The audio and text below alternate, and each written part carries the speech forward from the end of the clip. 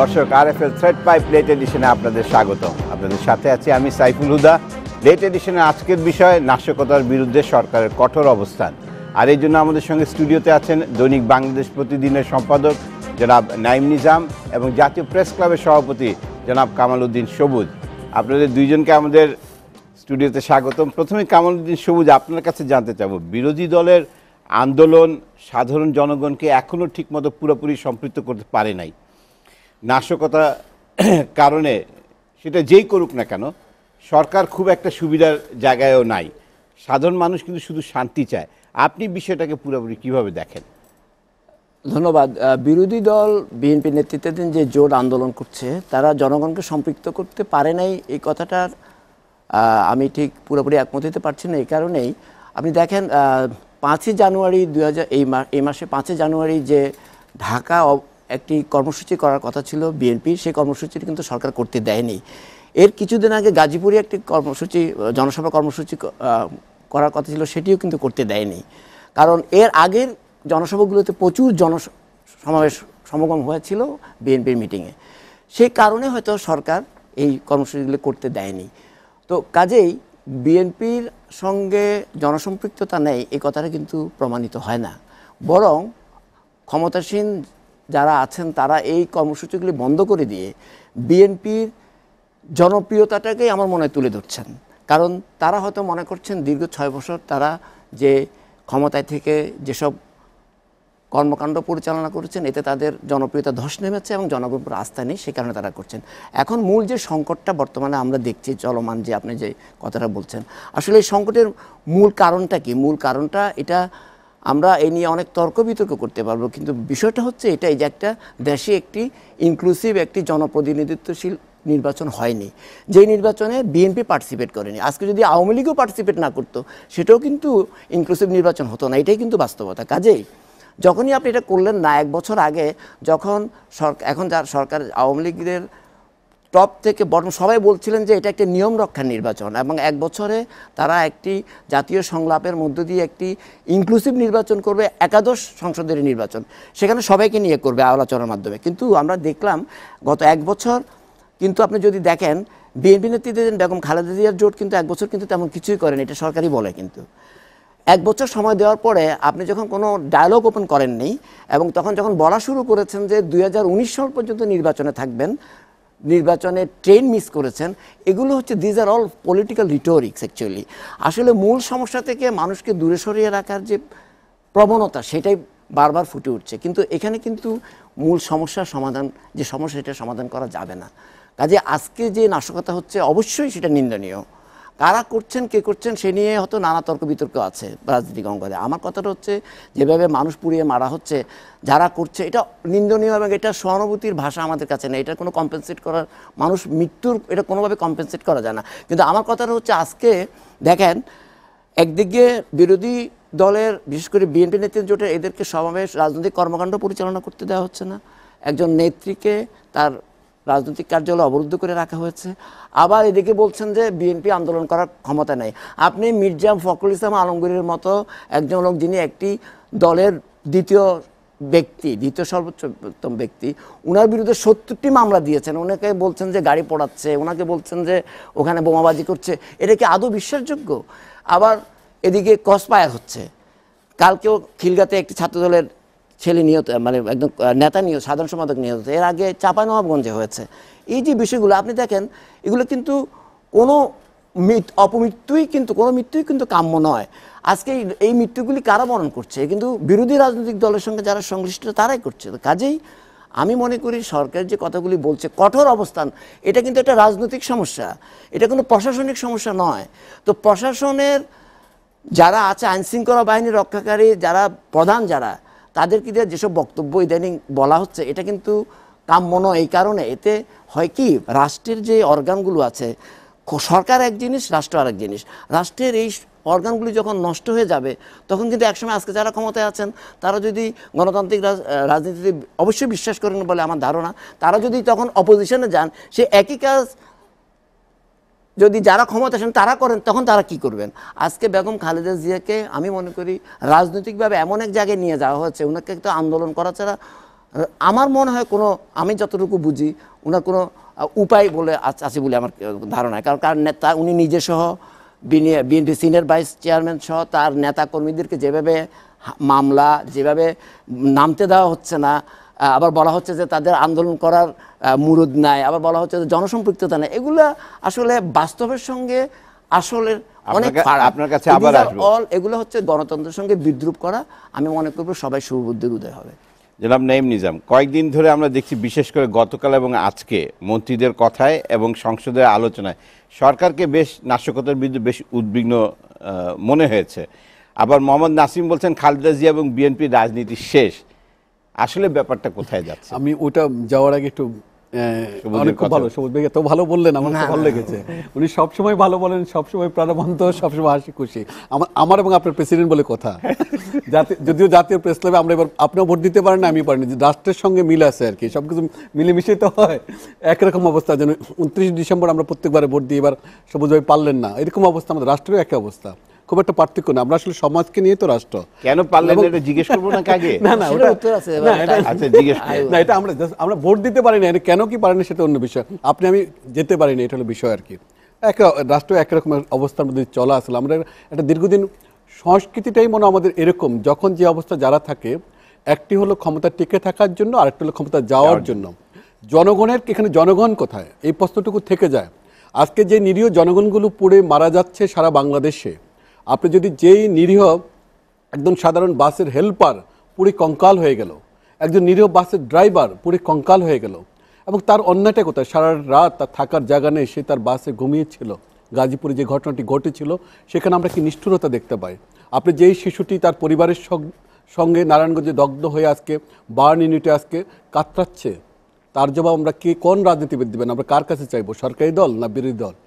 আমরা কি এই জন্য কোন রাজনীতিবিদদেরকে দায়ী করব, কাদেরকে দায়ী করব?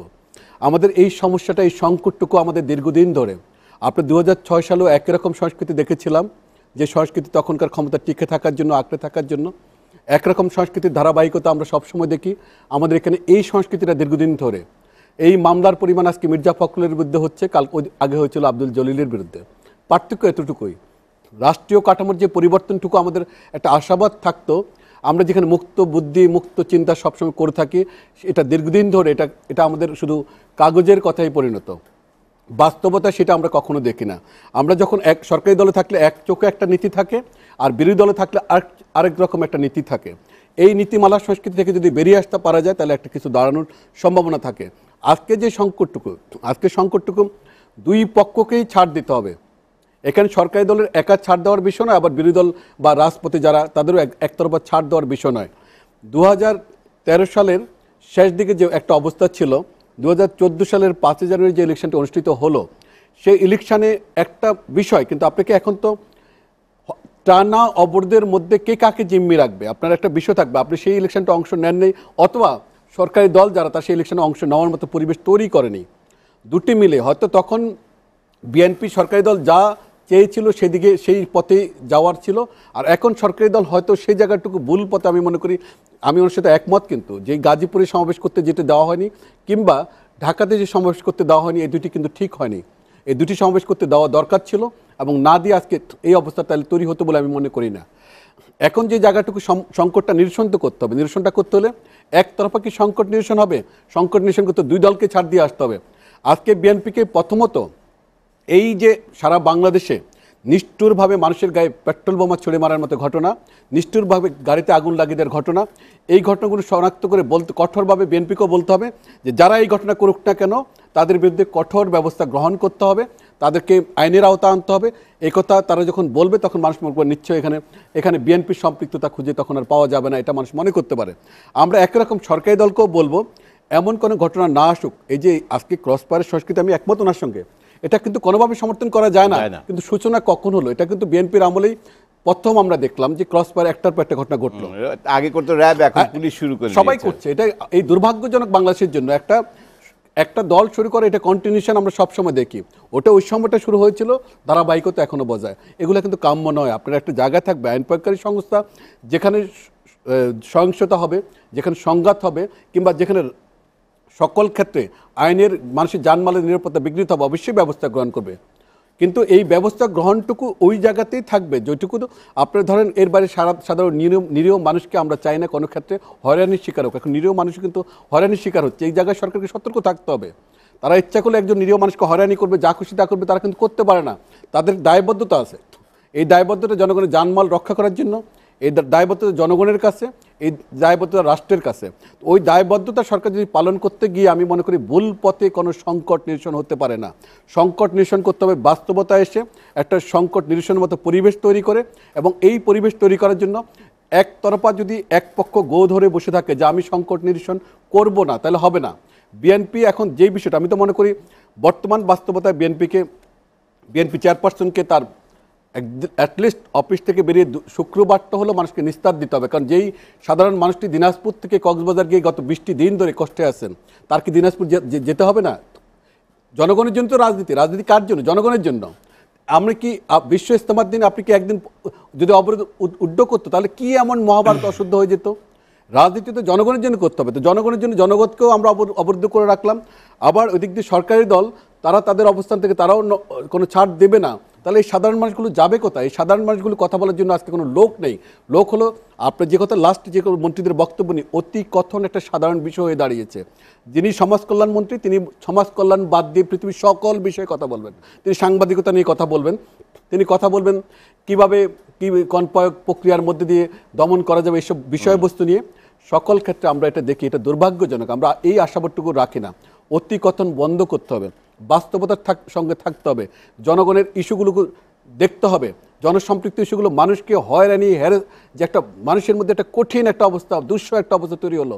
আজকে চারিদিকে যেভাবে পুড়ে মরা, এই যে ভয়ঙ্কর, আমি বার্নিংটির কথা যদি চিন্তা করি আমার কাছে গাটা একদম কষ্টে বুকটা ভরে যায়। একটা সাধারণ শিশু, নিরীহ 2 বছরের এই বাচ্চাটির কি অপরাধ, কিংবা যে সন্তানটি মায়ের পেটে অবস্থা থাকতে আজকে পুড়ে মারা গেল, সেই মাটির কি অপরাধ আর সেই সন্তানটি কি অপরাধ? আমাদের সেই জায়গাটুকু আমাদের রাজনীতিবিদরা যদি চিন্তা না করেন, তাহলে একটা ভয়াবহ নিষ্ঠুরতার দিকে আমরা যেটা আগামী আরও খারাপ অবস্থান তৈরি হবে রাজনীতির জন্য, রাজনীতিবিদদের জন্য এবং বাংলাদেশের সাধারণ মানুষের জন্য। আপনি বললেন যে ক্ষমতার জন্য এখন রাজনীতি হচ্ছে, কিন্তু দীর্ঘদিন যাবত আপনি কেন বলছেন এটা? আমরা 90-এর আগেও দেখেছি যে কমিউনিস্ট পার্টির মতো দল, যদিও লোক সংখ্যা কম ছিল, কিন্তু একটা 90-এর আগে তাদের অবস্থা ভালো ছিল। হ্যাঁ, 90-এর পাওয়ার বেস ছিল অবস্থা। আপনার গর্বাসেবের সোভিয়েত ইউনিয়ন বিভক্তির পর থেকে কমিউনিস্ট পার্টি একটা খারাপ অবস্থার দিকে যাওয়া শুরু করলো। এখন তো নিজেরাই এত বেশি বিভক্ত আর বলা যায় না। আচ্ছা, রাজনীতি নিয়ে আরো আলাপ করবো আপনার সাথে। একটা ছোট বিরতি নিয়ে আসি। RFL thread pipe plate edition এই পর্যায়ে নিচ্ছে একটি ছোট্ট বিরতি, আমাদের সঙ্গেই থাকুন।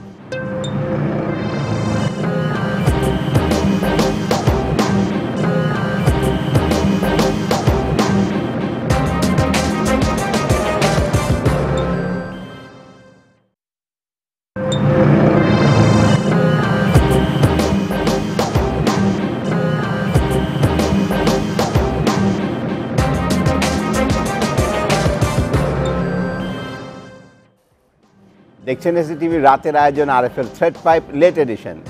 আমাদের আজকের বিষয় নাশকতার বিরুদ্ধে সরকারের কঠোর অবস্থান। বিরতিতে যাওয়ার আগে সবুজ নাঈম নিজাম ক্ষমতার জন্য রাজনীতির কথা বলছিলেন। দীর্ঘদিন কিন্তু এটা চলে নাই, এটা খুব 90-র পরে হয়তো শুরু হয়েছে। বিরোধী দলের কি কি ছাড় দেওয়ার মতো আছে এই ডায়ালগ বা সরকারের সাথে একটা নেগোসিয়েশনে যাওয়ার জন্য? আমি প্রথমে বন্ধু নাঈম নিজামকে ধন্যবাদ জানাই। উনি আসলে নিজেই ভালো বলেন, আমি প্রশ্নটা করতে হয় কারণ উনি ভালো বলেন, আজকেও ভালো বলছেন। তো যাই হোক, ওনার সঙ্গে আমি একমত যে আসলে যে সংকটটা চলছে এটা কিন্তু দুই পক্ষকে উনি মিন করেছেন, যতটুকু আমি বুঝতে পেরেছি। সবাইকে কিন্তু ছাড় দিতে হবে। আসলে আপনি দেখেন, আমরা যদি 1996 সালের কথা স্মরণ করি, তখন বিএনপি নেতৃত্বাধীন বিএনপি ক্ষমতায় ছিল, তখন জোট ছিল না। তখন কিন্তু সংবিধানে কেয়ারটেকার গভর্নমেন্টের প্রভিশন ছিল না। তখন 94, 95, 96 কিন্তু সহিংস আন্দোলন হয়েছে, বর্তমান প্রধানমন্ত্রী শেখ হাসিনার নেতৃত্বে হয়েছে সেটা। এবং পরে একটি নির্বাচন হয়েছিল, নিয়ম রক্ষা নির্বাচন, ফেব্রুয়ারিতে 96, এবং সেটার মধ্য দিয়ে বিএনপি একতরফা একটা নির্বাচন করে কনস্টিটিউশনে কেয়ারটেকার গভর্নমেন্টের প্রভিশনকে ইনকর্পোরেট করে পরে কিন্তু ক্ষমতাটা ছেড়ে দিয়েছিলেন।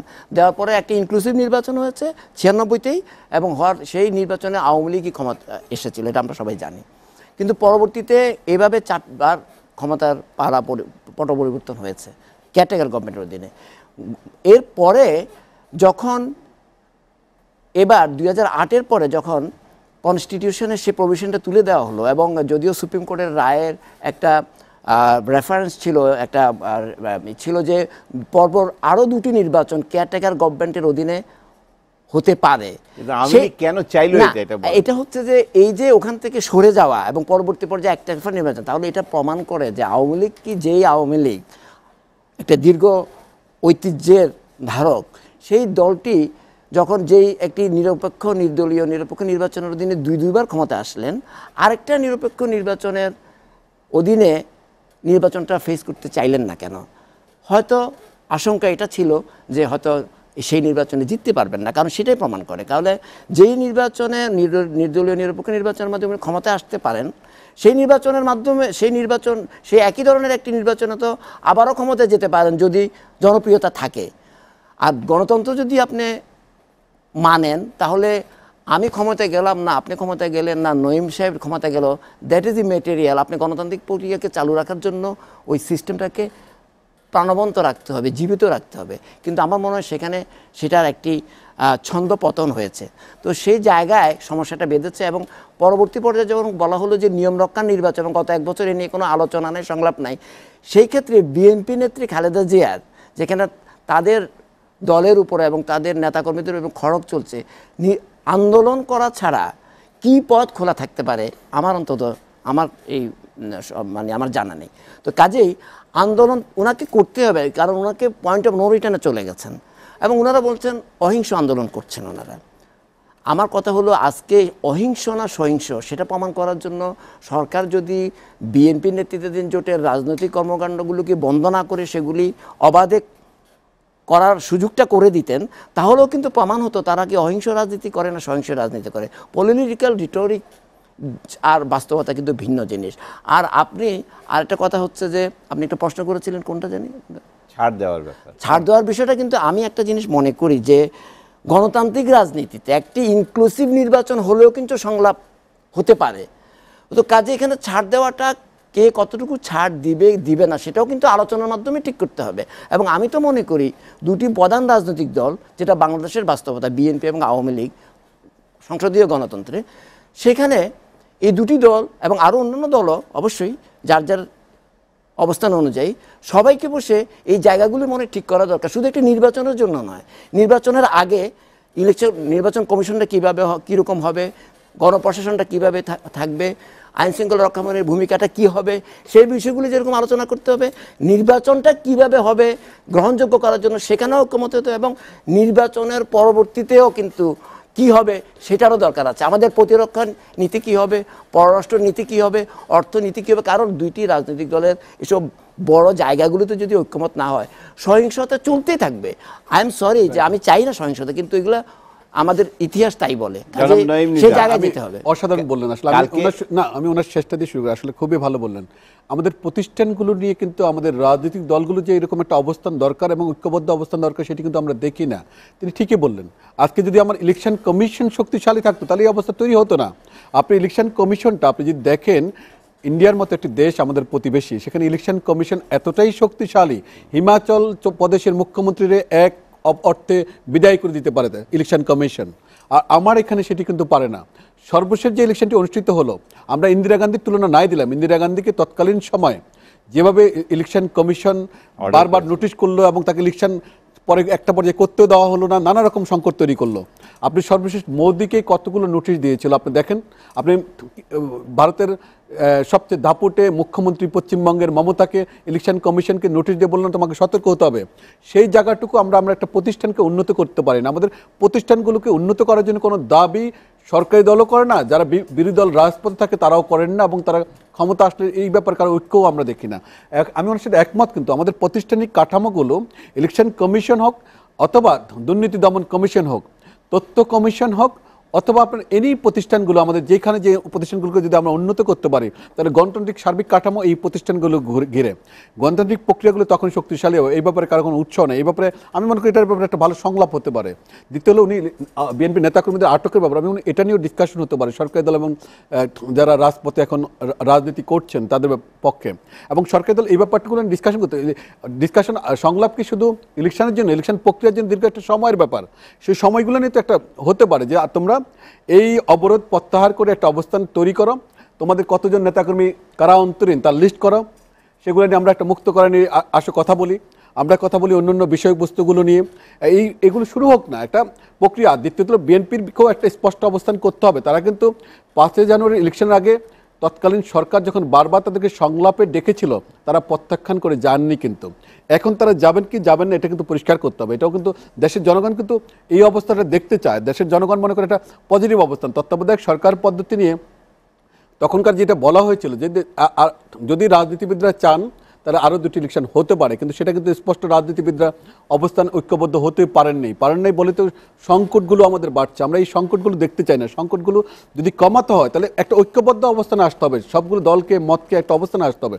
কিন্তু যত দ্রুত বাড়ছে, সবগুলি দল মত কেন বলছেন? কালকে এরশাদ সাহেব বললেন যে 2 বড় দলকে ঠিক করতে হবে। সবগুলো মতের একটা পার্ট এই জন্যই দরকার যে আমরা আলটিমেটলি লং পলিসি যদি রাষ্ট্রকে নিতে হয়। আপনি দেখেন ইন্ডিয়ার মতো দেশে, আমি আবারও এক্সাম্পল এই কারণে আনলাম, যখন ওবামা সেই দেশে আসেন তখন কিন্তু কংগ্রেস আর বিজেপি দূরত্ব থাকে না রাষ্ট্রের মূল সিদ্ধান্তগুলোর বিষয়। কিংবা আপনি দেখবেন যে ওবামাকে সর্বশেষ যে ডিনারটি দেওয়া হবে সেখানে সোনিয়া গান্ধীও থাকবেন, মোদির কাছাকাছি অবস্থানেই বসবেন, কোনো দূরত্ব থাকে না। সেই জায়গাগুলো ডেমোক্রেসির জায়গাগুলো তো আমাদের একটা ঐক্যবদ্ধ অবস্থান না আসার কোনো বিকল্প নেই। আমরা ওই জায়গাগুলো একটা দীর্ঘ সময় প্রক্রিয়ার মধ্যে একদম কতগুলো বিষয় তো এক না হওয়ার সুযোগ নেই। আপনার ধরেন বাংলাদেশের মুক্তিযুদ্ধের প্রশ্নে আপনি কী করে ভিন্নমত পোষণ করবেন? আপনার বাংলাদেশের অসাম্প্রদায়িক একটি রাজনীতির প্রশ্নে আপনি এখানে কি করে আলাদা একটা অবস্থান গ্রহণ করবেন? আপনার মুক্তিযুদ্ধ, মুক্ত বুদ্ধি, মুক্ত চিন্তা, এই গণতান্ত্রিক প্রক্রিয়া এগুলোর দ্বিমত করার তো সুযোগ নাই। আপনি ইনক্লুডিং বাংলাদেশের প্রতিষ্ঠাতা বঙ্গবন্ধু শেখ মুজিবুর রহমানের প্রশ্নে আমি মনে করি আমাদের দলগুলোর এক হওয়ার একটা সুযোগ আছে। এখানে অহেতুক বিতর্ক তৈরি করলে পরস্পরের প্রতি শ্রদ্ধা থাকবে না। এই বিতর্কগুলো একটার পর একটা বিতর্ক তৈরি করে আমাদেরকে। অসাম্প্রদায়িক বাংলাদেশ প্রশ্নে থাকতে হবে। আন্তর্জাতিক বিষয়ে আমার প্রতিবেশী দেশের সঙ্গে আমার কী সম্পর্ক হবে, আমার যুক্তরাষ্ট্রের সঙ্গে আমার সম্পর্ক কী হবে, এই জায়গাগুলো আমরা এক হতে সমস্যা কোথায়? এখানে তো আমি মনে করি সরকার বদল হবে ডেমোক্রেসির মধ্য দিয়ে, কিন্তু রাষ্ট্রীয় কাঠামোগুলোর পরিবর্তনের ক্ষেত্রে আমরা যদি একটা নিজেদের মধ্যে একটা ঐক্যবদ্ধ বজায় অবস্থান থাকতে পারে তাহলে অনেক সংকট অটোমেটিকভাবে উঠে আসে না এবং জটিলতা বাড়ে না। আমরা এই জটিলতাগুলো তৈরি করে বলে বারবার সংকটে পড়ি এবং একটার পর একটা এই ঝামেলাগুলো এখন তৈরি হয়। জনাব সবুজ, আইন শৃঙ্খলা বিষয়ক মন্ত্রিসভা কমিটি দেশের বর্তমান পরিস্থিতি নিয়ে উদ্বিগ্ন আজকে তারা প্রকাশ করেছে। বিএনপি নেত্রী সেলিমা রহমান এক বিবৃতিতে বলেছেন যে সরকারি দল নাশকতা চালাচ্ছে। এটাকে আপনি কিভাবে দেখেন? না, সরকার তো তার যেভাবে সরকারি নিয়ম অনুযায়ী কথা বলবে, আর বিরোধী দলের যে নেত্রী সেলিমা রহমান কথা বলছেন উনি অনেকটা রাজনৈতিক বক্তব্য দিয়েছে।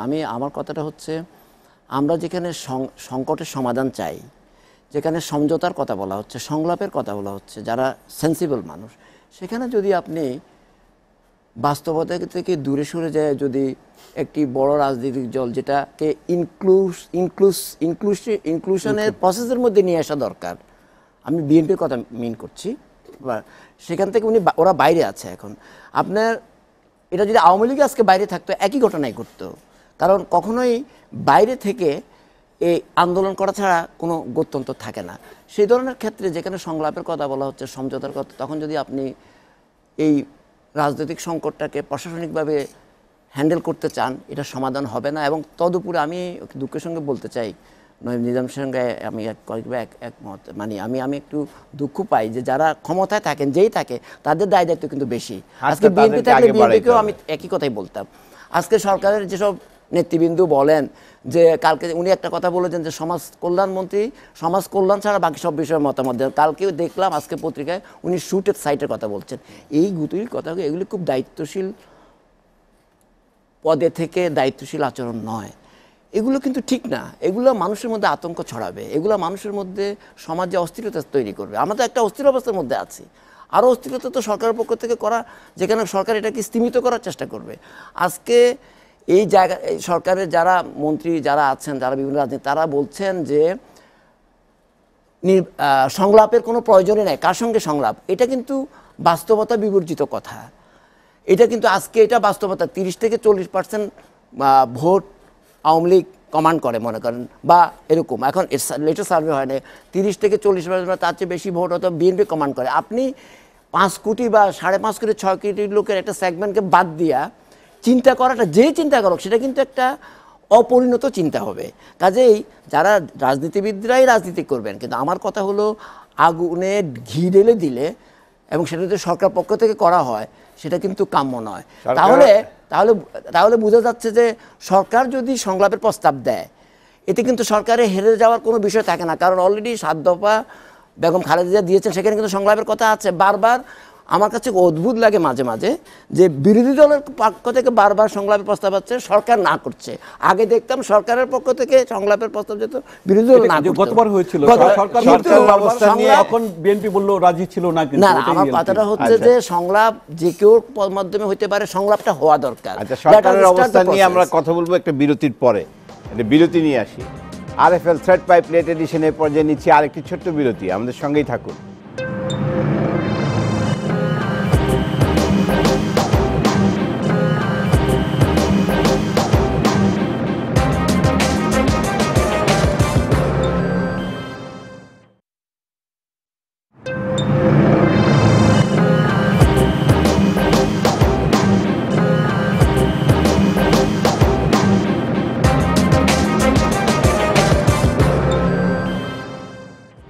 দেখছেন এসিটিভির রাতের আয়োজন RFL thread pipe late edition. Late এডিশনের আজকের বিষয় নাশকতার বিরুদ্ধে সরকারের কঠোর অবস্থান। সরকারের এই পর্যায়ে যেখানে দুই পক্ষের ডায়ালগের কথা বলা হচ্ছে, সবুজ বললেন যে সরকারের হেরে যাওয়ার কোনো কিছু নাই। সরকার কিভাবে এগিয়ে আসবে বা সরকারের করণীয়টা এখন কি হতে পারে? সরকারের হেরে যাওয়া বা জিতে যাওয়ার বিষয় নয়। বিষয়টা হলো এরকম একটা অবস্থায় সরকার কি করতে পারে। সরকার যেটি করতে পারে সেটা হলো সরকারকে একটা ডায়লগ আহ্বান করতে পারে। কিন্তু সরকার যেটা বলার চেষ্টা করছে, 2013 সালে আমরা বারবার করে ডেকেছিলাম, তারা আসেনি। এখন আমরা ডাকবো, তারা আসবে না। তাহলে আমাদের একটা অবস্থানটা কোথায় গিয়ে দাঁড়াবে, এই একটা বিষয় স্পষ্ট করা সরকার স্পষ্ট করে আরও চায়। যদিও বেগম জিয়া তিনি বললেন যে তার 7 দফা দাবির মধ্যে একটা ছিল সংলাপ, ডায়লগ করা। তো আমি মনে করি সরকার যদি সেটি মনে করে, সরকার তো অবশ্যই সংলাপের তো কোনো বিকল্প নেই। আমি কিন্তু সংলাপের পক্ষে, কারণ সংলাপ বিকল্প হলো সংঘাত। আমরা সংঘাত আর সহিংসতা দেখতে চাই না। আর এবার সংলাপের বিপরীতে যে সহিংসতা দেখতে পাচ্ছি আপনি আমি, যে নৃশংসতা, যেইভাবে মানুষকে পুড়িয়ে মারার উৎসব, পৃথিবীর সভ্য মানবতার কাছে একটা প্রশ্নবিদ্ধ অবস্থান। আমি তো মনে করি বিশ্বের মানবাধিকার সংগঠনগুলোর এখন বক্তব্য দেওয়া এগিয়ে আসা দরকার এই জায়গায়, এমনকি জাতিসংঘের এগিয়ে আসা দরকার এই জায়গায়, যে তোমার বাংলাদেশে তোমরা রাজনীতির নামে মানুষকে পুড়িয়ে মারার যে কাণ্ডগুলো ঘটাচ্ছ, এগুলো বন্ধ করা জরুরি। কোন পার্টি করলো, কে করলো, কী করলো, সেটা মূল বিষয় নয়, এটা বন্ধ করতে হবে।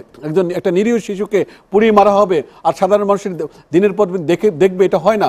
আপনি দেখেন বাংলাদেশের আজকে কোথায় গিয়ে দাঁড়িয়েছে। পর্যটন শিল্প ধ্বংস, গার্মেন্ট খাত শেষ, ভারী শিল্প, ক্ষুদ্র শিল্প যাই বলুন না কেন, সব অবস্থা খুবই খারাপ। আগামী মাসে এই শিল্প মালিকরা কী করে বেতন দিবেন? হাজার হাজার শ্রমিক বেকার হয়ে পড়বে। যদি আপনার অর্থনীতি না থাকে, আপনি এই রাজনীতি দিয়ে কী করবেন? যেখানে অর্থনীতির সামান্যতম একটা অবস্থান বিদ থাকবে না, সেখানে রাজনীতি আমাদের কোথায় গিয়ে দাঁড়াবে? কন্টেনারগুলোর জট পড়ে আছে 2টি বন্দরে, সেই কন্টেনার আসা যাওয়া করতে পারছে না। তো আপনি ওই জায়গাটুকু আমরা চলে গেলাম। আপনি যে জায়গাটা আজকে আন্দোলনটা ঠিক আছে। 2006 সালে তৎকালীন সরকার যেরকম একটা অনমনীয় অবস্থানে গো ধরেছিল, এই সরকারকেও একরকম ধরলে হবে না। আমি বলি না যে ব্যাড প্রেসিডেন্স কখনো পজিটিভ হতে পারে না। আমাদের এই রাজনীতির মূল সমস্যা সেই জায়গাটুকু। 96 সালে তৎকালীন সময় জনতার মঞ্চ তৈরি হয়ে একটা অবস্থা তৈরি হয়েছিল, সরকার বাধ্য হয়েছিল পদত্যাগ করার জন্য এবং একটা ইলেকশন দেওয়ার জন্য। এখন হয়তো সরকার মনে করছে সেরকম অবস্থা তৈরি হয়নি, আমরা যাব কেন? কিন্তু আমার বক্তব্য হলো ওই জায়গায় স্পষ্ট, যেখানে থাকুক না কেন রাজনৈতিক সংকট আর অর্থনৈতিক সংকট, যেটাই বাংলাদেশে এখন তৈরি হোক, সেই জায়গাটার সমাধান আসতে হবে। আপনি সরকারে দেশের মানুষ প্রত্যাশা করে 2টি জায়গাতে, হয় আপনাকে সমঝোতার মধ্যে দিয়ে সংকট নিরসন করতে হবে, অথবা আমি এটা সমর্থক নই বল প্রয়োগ করে, আমি এটা সমর্থন করি না, আপনাকে সেভাবে হলেও সংকট নিরসন করতে হবে। যেটাই করুন না কেন আপনাকে একটা পথ তৈরি করতে হবে, পথটা দেখাতে হবে। কারণ জনগণের জানমালের নিরাপত্তার দায়িত্ব আপনি যদি জানমালের নিরাপত্তা রক্ষা না করতে পারেন, আপনি যদি মানুষের পুড়িয়ে মারা বন্ধ করতে না পারেন, আপনি যদি গাড়ি পোড়া উৎসব বন্ধ করতে না পারেন, অর্থনীতিকে স্বাভাবিক গতি চালিকা শক্তি না করতে পারেন, তাহলে আপনি সরকারকে জবাবদিহি করতে হবে জনগণের কাছে। আপনি কেন সেটি পারলেন না, আপনার সমস্যাটা কোথায় সেটাও জানাতে হবে। কারণ একটা সময় এরশাদ আমলে আমি জানি সবাই কম বেশি একটা প্রেস ব্রিফিং করে বলা হতো আমরা এই জায়গায় সফল, এই জায়গায় ব্যর্থ। সরকারকে সেটুকু এখন আমি দেখি অনেক ক্ষেত্রে তারা সেটি বলে না। কেন বলে না? মানুষকে যদি অবহিত না করা হয় যে আমরা কোথায় দাঁড়িয়ে আছি, সেটা করতে হবে সময় সময় যে এই জায়গায় দাঁড়িয়ে আছে। আজকে আমি মনে করি বিএনপিকেও একটা জায়গায় মনে করতে হবে এই জায়গাটুকু যে জনগণের সংকট, জনগণের সমস্যা থাকবে, কিন্তু কঠোরভাবে যদি বিএনপি নির্দেশনা না দেয় যে পেট্রোল বোমা কারা করলো, কিংবা মানুষকে একটা জীবন্ত দগ্ধ করে আগুনে লাগিয়ে দেওয়া হলো একটা গাড়ির মধ্যে, এবং একটা শিশু কিংবা একটা ইউনিভার্সিটির কলেজের শিক্ষার্থীরা পুড়ে মারা যাচ্ছে, সেই জায়গাগুলো যারাই করছে এটা কঠোর হস্তে দমন করতে হবে, ব্যবস্থা নিতে হবে, এগুলো বন্ধ করতে হবে। এই কথা বিএনপিকে বলতে হবে যদি জনগণের রাজনীতি তারা করে থাকে। আর সরকারকেও বলতে হবে স্পষ্ট করে, যদি আপনি এগুলো বন্ধ করুন, যদি বন্ধ না করতে না, যে করে প্রক্রিয়া হোক আপনি সমঝোতা করুন, সংলাপ করুন, আর যাই খুশি করুন। আমি একজন দেশের নিরীহ মানুষ, আমি আমার পথ চলা স্বাভাবিক করতে চাই, আমি আমার শিল্প খোলা রাখতে চাই, আমার দোকানপাট খোলা রাখতে চাই। আবার আপনি যেমন একটা জিনিস আপনি ডাকার আপনার অধিকার আছে, তেমনি আমার চলাচলের অধিকার আছে, দুইটি কিন্তু সাংবিধানিক রাইট। ওই জায়গাটুকু আমি মনে করি সেই জায়গাটুকু সরকারকে এনশিওর করতে হবে। সবুজ, আজকে প্রধানমন্ত্রী সংসদে বললেন যে আইন শৃঙ্খলা বাহিনীর সিদ্ধান্ত নিবে, যে গুজব উঠছিল যে খালেদা জিয়াকে অ্যারেস্ট করা হবে বা তার কেসের এগেনস্টে অ্যাকশন নেওয়া হবে, এটাকে আপনি খালেদা জিয়া বা বিএনপির উপরে চাপ সৃষ্টি করার জন্য কি আপনি মনে করেন? এটা হতে পারে, এটা হয়তো চাপ সৃষ্টির কৌশল হিসাবেও হতে পারে, কিন্তু বিষয়টা হচ্ছে কি, এই ধরনের কথা বললে একদম সর্বোচ্চ অবস্থান থেকে, তাহলে হয় কি, আমরা যে সংলাপের কথা বলছি, সংকট সমাধানের কথা বলছি, সেটা কিন্তু আর হবে না। কিন্তু সেটা এখন যে দূরত্ব, সেই দূরত্ব আরও অনেক বেড়ে যাবে। আপনি দেখেন, এরশাদ বিরোধী আন্দোলনে আওয়ামী লীগ সভানেত্রী শেখ হাসিনা এবং বিএনপি চেয়ারপারসন খালেদা জিয়া দুজনেই কিন্তু এই সরকারের বিরুদ্ধে এরশাদকে পতন ঘটিয়েছিল, এবং পরবর্তীতে 1991 সনে যেই সংসদ তৈরি হয়েছিল সেখানে, এবং প্রেসিডেন্সিয়াল ফর্ম অফ গভর্নমেন্ট থেকে পার্লামেন্টারি ফর্ম অফ গভর্নমেন্টে গিয়েছে, সেটাও কিন্তু এক ধরনের মানে আমি বলবো যে মানে আলোচনাটা ভিতরে আলোচনা ছিল, তখন ভিতরে আলোচনা ছিল, কিন্তু ওপেন ছিল। প্রেসিডেন্সিয়াল ফর্ম অফ গভর্নমেন্ট থেকে বলছে পার্লামেন্টারি ফর্ম অফ গভর্নমেন্ট ছিল। তাহলে এর পরবর্তী পর্যায়ে যখন আপনি কেয়ারটেকার গভর্নমেন্ট ইনকর্পোরেট করলেন, তখনও কিন্তু এক ধরনের সমঝোতা ছিল। আমার কথা হচ্ছে হয়তো ভিন্নভাবে আমরা দেখছি, কিন্তু আজকে এটা হতে বলতে বাধা কোথায়, বসতে বাধা কোথায়? আমি তো দেখি না, আমি বাধা দেখি না। যদি এটা বাস্তবতা হয়, তাহলে এ ধরনের কথা থেকে সমাজ কল্যাণ মন্ত্রী বা অন্যান্য, আজকে যে প্রধানমন্ত্রীর কথা বললেন, মাননীয় প্রধানমন্ত্রী যেটা বলছেন যে ক্রস ফায়ারের কথা বলছেন, এই যে বিষয়গুলো, এগুলো আরও আমি মনে করি সংকটকে আরও, বাংলাদেশকে আরও ভয়াবহ পরিস্থিতির দিকে ঠেলে দিবে। আমরা কেউই চাই না সাধারণ মানুষ হিসেবে, নাগরিক হিসেবে বাংলাদেশ একটি সম্ভাবনাময় দেশ, এই দেশ একটি ভয়াবহ অবস্থার মধ্যে পড়ুক, এবং বাংলাদেশের যে প্রতিশ্রুতিশীল যেই বিষয়টা আছে, সেই বিষয়টা নষ্ট হয়ে যাক। তো কাজেই আজকে বারবার সে ঘুরে ফিরে এক কথাই বলতে চাই, সংকট সমাধান সম্ভব, এটা আমি অসম্ভব মনে করব না। কারণ এই কারণেই মনে করি না, আপনি যদি ডেমোক্রেসির কথা বলেন, কমিটমেন্ট থাকেন, এবং ডেমোক্রেসিতে হচ্ছে যে সবাইকে ইনক্লুশনের প্রসেসের মধ্যে নিয়ে আসা, আপনাকে ডিসএঙ্গেজ করতে হবে। যারা আজকে ক্ষমতার বাইরে আছেন তাদেরকে ডিসএঙ্গেজ করে ক্ষমতার প্রক্রিয়ার মধ্যে, রাষ্ট্রীয় ক্ষমতার মধ্যে রাষ্ট্রের যেই রাজনৈতিক দলগুলো আছে তাদের স্ব শক্তি বা ভূমিকা রাখার সেই স্পেসটা দিতে হবে। দিলে অবশ্যই সমাধান হবে। আমি আগে বলেছি যে নির্বাচনের আগে, নির্বাচন সময় এবং নির্বাচনের পরে প্রত্যেকটা বিষয়ে আলোচনার মাধ্যমে করতে হবে, না হলে সংঘাত এবং যে সংকটের রাজনীতি সেটা কিন্তু চলতেই থাকবে, শুধু নির্বাচন করে শেষ হবে না। কিন্তু এখানে আমি যোগ করে নিচ্ছি আপনার প্রশ্নের আগে আর কি, সেটা হলো যে সংঘাত এর রাজনীতি আমরা দেখতে চাই না। আপনি কতগুলো জায়গায় আমাদের রাজনীতিবিদদেরকে পরস্পরের প্রতি শ্রদ্ধা থাকতে হবে। রাজনৈতিক দলগুলোর অভ্যন্তরে কি গণতান্ত্রিক চর্চা আপনি দেখতে পান? নেই। আপনি এমনকি যে কমিউনিস্ট পার্টি একসময় নিজেরাও কিন্তু সভা করে সিদ্ধান্ত গ্রহণ করতো তার নেতৃত্ব কিভাবে ইলেক্টেড হবে বা সিলেক্টেড হবে, হোয়াট এভার, এখন কিন্তু সেটুকুও নাই। কিন্তু কমিউনিস্ট পার্টি হোক আর ওয়ার্কার্স পার্টি হোক আর সরকারি দল হোক আর বিএনপি হোক, কোনো একটি দলের অভ্যন্তরে গণতান্ত্রিক চর্চা নেই, রাষ্ট্রে কি করে আসবে? রাজনীতিবিদরা পরস্পরের প্রতি শ্রদ্ধা রাখেন না, কেউ কারো সাধারণ প্রতি যে একটা সম্মান বোধ দেখাবেন সেটুকু আমরা দেখি না। এটুকুর যদি না আসে তাহলে কিভাবে দাঁড়াবে? আমার সংবিধানে স্পষ্টভাবে বলা আছে, আপনার স্বাধীনতার যে প্রক্লামেশন সেটা কিন্তু সংবিধানে স্পষ্ট, কতগুলো বিষয় কিন্তু মীমাংসিত। আপনি সংবিধান মীমাংসিত একটি বিষয়, সেখানে কিন্তু বাংলাদেশের কি প্রতিষ্ঠাতা সেটা কিন্তু মেনেই জিয়াউর রহমান প্রেসিডেন্ট ছিলেন, সেটা মেনেই বেগম খালেদা জিয়া প্রাইম মিনিস্টার ছিলেন, এবং সংবিধানের বাইরে তারা কিন্তু সেটি বদল করেননি। যেহেতু বদল করেন নাই, সেটিকে নিয়ে আজকে অহেতুক বিতর্কের দরকারটা কি? আপনি কেন নতুন নতুন বিতর্ক তুলে আনবেন? আপনি অসাম্প্রদায়িক বাংলাদেশ প্রস্তাবে একটা স্পষ্ট অবস্থান গ্রহণ করতে পারবেন না। সমস্যাটা কি? মূল ইস্যুগুলোতে যদি আজকে দুটি দলের দূরত্ব না কমে একটি পজিটিভ বাংলাদেশ আমরা কি করে আশা করব? আমরা পজিটিভ বাংলাদেশটাই দেখতে চাই, যে বাংলাদেশে একদম সহিংসতা, সংঘাত, এই যে একটা হানাহানি করা একটা অবস্থা, ভয়ঙ্কর একটা অবস্থা আমরা অতিক্রম করছি, এটি কিন্তু কাম্য নয়। এভাবে হয় না, একটা দেশ এভাবে চলতে পারে না। আপনি যদি রাজনীতি কার জন্য, জনগণের জন্য, যদি জনগণে যদি না টিকে থাকে, জনগণ যদি হিংসার ঘটনার শিকার হয়, তাহলে আপনি কিভাবে রাজনীতিটা করবেন? আমি নাশকতাকারীদের পক্ষে বলছি না, কিন্তু নাশকতাকারীদের দেখা মতো গুলি করার নির্দেশের কথা বলা হচ্ছে। এরপরে গত 2 দিন আমরা দেখলাম যে 2টা ক্রস ফায়ার হলো। আগে র্যাব করতে ক্রস ফায়ার, এখন পুলিশ করছে। আমরা এই লাইসেন্স টু কিল দিতে আমি ক্রস ফায়ারের কঠিনভাবে বিপক্ষে। আমি মনে করি ক্রস ফায়ার কোনো একটা জুডিশিয়াল কিলিংয়ের পক্ষে কোনো সাধারণ মানুষ কিংবা আমাদের মতো মানুষ সমর্থন করতে পারি না। আবার একটি কথা, যে মানুষটিকে পুড়িয়ে মারছে যেই লোকগুলো, যদি তারা ধরতে পারে, আমি তো মনে করি তাদের কঠোরভাবে আইনের আওতা আনা দরকার। আপনি একটি মানুষকে পুড়িয়ে মেরে ফেলবেন, আপনি একটি শিশুর গায়ে আগুন ঢেলে দিবেন, আপনি একটি নিরীহ গৃহবধূর গায়ে আপনি আগুন লাগিয়ে দিবেন, একটা স্টুডেন্টের গায়ে আপনি আগুন ধরিয়ে দিবেন। এই যে একটা ভয়ঙ্কর নিষ্ঠুরতা, দুটির একটিকেও সমর্থন করা যায় না। যেমন ক্রস ফায়ারকে সমর্থন করা যায় না, আবার নিষ্ঠুরভাবে এই মানুষগুলোকে নৃশংসভাবে পুড়িয়ে মারার ঘটনার সাথে যারা সম্পৃক্ত, এবং এটাকেও সমর্থন করতে আমি পারি না। এটা হয় না, উনিও করবেন না। উনি ওনার বক্তব্যে বললেন যে এটাকে আমরা কোনোভাবে মেনে নিতে পারি না। এই একটা অবস্থার উত্তরণ দরকার। এই জন্য রাজনৈতিক দলগুলোর মধ্যে পরস্পরের প্রতি শ্রদ্ধাবোধ যদি থাকে, যদি সম্মানবোধ থাকে, তাহলে কিন্তু আজকে এই সংকটগুলো তৈরি হতো না। আজকে সাধারণ শালীনতা বোধটুকু নয় রাজনৈতিক দলগুলোর মধ্যে। পরস্পরের প্রতি একটা সম্মান দেখালে কি সমস্যা হয়, পরস্পরের প্রতি একটা শ্রদ্ধা দেখালে কি সমস্যা হয়? এখানে যেভাবে অসম্মান করা হয়, একটি দলের নেতৃবৃন্দকে আরেকটি দল থেকে, এগুলো কাম্য না, এটা হয় না। জনাব সবুজ, আপনি ক্রস ফায়ার সম্বন্ধে কি বলবেন?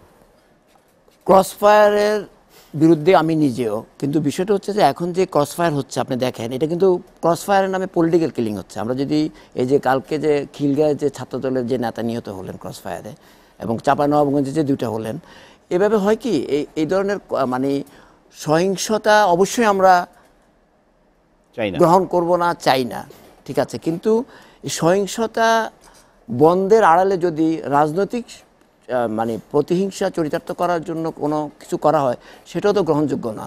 কারণ এগুলো দেখা যাচ্ছে যে রাজনৈতিক দল যারা এখন বিরোধী দলে আছেন, যারা এখন আন্দোলন করছেন, তাদের দলের নেতা কর্মীরা কিন্তু নিহত হচ্ছেন। তো কাজে কিন্তু স্পষ্ট যে ক্রস ফায়ারের নামে রাজনৈতিক হত্যাকাণ্ড হচ্ছে। এটা এতটাই মানে বিপজ্জনক যে আজকে যদি ক্ষমতার কোনো পরিবর্তন হয়, পরবর্তী পর্যায়ে এই জিনিস যদি চলতে থাকে, সেটাও কিন্তু ভয়াবহ ব্যাপার। আমরা কোনোটাই তো চাই না। আমাদের কথাটা হচ্ছে যে আমরা তো একটা শান্তিপূর্ণ বাংলাদেশ চাই, আমরা তো একটা সত্যিকার অর্থে একটি সমৃদ্ধশালী বাংলাদেশ চাই। তো তাহলে সেই জায়গায় তো সবাইকেই ছাড় দিয়ে এমন একটা জায়গায় যেতে হবে। এই ক্রস ফায়ারের কথা বলেন, সেই মানবাধিকারের কথা বলেন, আইনের শাসনের কথা বলেন, স্বাধীন গণমাধ্যমের কথা বলেন, সব কিছুই তো, এবং সাংবিধানিক প্রতিষ্ঠানগুলোর কথা বলেন যেগুলো দুর্বল হয়ে গেছে। আমি আগে বলেছি গণতান্ত্রিক প্রতিষ্ঠানগুলোর কথা বলেন, যেগুলো শক্তিশালী না থাকলে রাষ্ট্র হিসেবে আমরা ফাংশন করতে পারবো, রাষ্ট্র এক থাকে না। তো সেই জায়গাগুলো আমরা কেন নষ্ট করছি বারবার? আর কত নষ্ট করবো? নষ্ট করলে কি এটা ভাবার কোনো কারণ আছে? কালকে আপনি যখন অন্য সাইডে চলে আসবেন ক্ষমতার, তখন এর খড়ক আপনার উপর এসে পড়বে যদি এটার জুডিশিয়াস ব্যবহার না হয়। তা কাজে এইগুলি খুবই ভয়ানক ব্যাপার। আমি বারবারই একই কথায় যাচ্ছি যে আজকে অবশ্যই সমঝোতা করতে হবে যদি গণতন্ত্রে বিশ্বাস করেন, এবং সেটা সরকারের দায়িত্ব বেশি। এই কারণে সরকারে যারাই থাকে তাদের উপর দায়টা বেশি বর্তায়। আমি মনে করি সংলাপের আহ্বান আবারও জানাতে পারেন, বসতে পারেন, তারপরে মোডালিটিস কি হবে, কি আলোচনা হবে, এগুলো নিয়ে আলোচনা করা যায়। এগুলো কোনো আমার মনে হয় না, আমি মনে করি না প্রক্রিয়ার বিষয় করতে পারে, এটা শুরু আলোচনার কোনো বিকল্প নেই। আলোচনা তো একটা দীর্ঘ প্রক্রিয়ার বিষয়, সেটা হলো একটা বিষয় থাকে দীর্ঘ, যেটা এটা মানে আপনাদের অনেকগুলো ইস্যু তো শুরু হোক শুরু হোক। ইস্যু কিন্তু অনেক, কিন্তু আপনি একটা ইলেকশন কমিশন কি হবে এটাও তো আপনাকে ঠিক করতে হবে। এই যে নেতা কর্মীরা যারা জেলে বিএনপির, তাদের ব্যাপারে তো ডিসকাশন হতে পারে, আলোচনা সংলাপ নানা বিষয় হতে পারে, কিন্তু সংকটটার উত্তরণ করতে হবে। যদি উন্নত সমৃদ্ধ বাংলাদেশ দেখতে চান আপনারা রাজনীতি করে, তাহলে আপনাদেরকে সংকটের নিরসন করতে হবে, দুটি দলকে এগিয়ে আসতে হবে, একতরফা হবে জনাব না। নাঈম নিজাম, জনাব কামাল উদ্দিন সবুজ, আপনাদের দুইজনকে আমাদের স্টুডিওতে আসার জন্য অনেক অনেক ধন্যবাদ। দর্শক, জানিয়ে রাখি, লেট এডিশন পুনঃপ্রচার হয় পরের দিন সকাল 9টায়। আজ এই পর্যন্তই। রোববার নতুন কোনো অতিথির সঙ্গে কথা বলবো। সে পর্যন্ত ভালো থাকুন, এসিটিভির সঙ্গে থাকুন। শুভরাত্রি।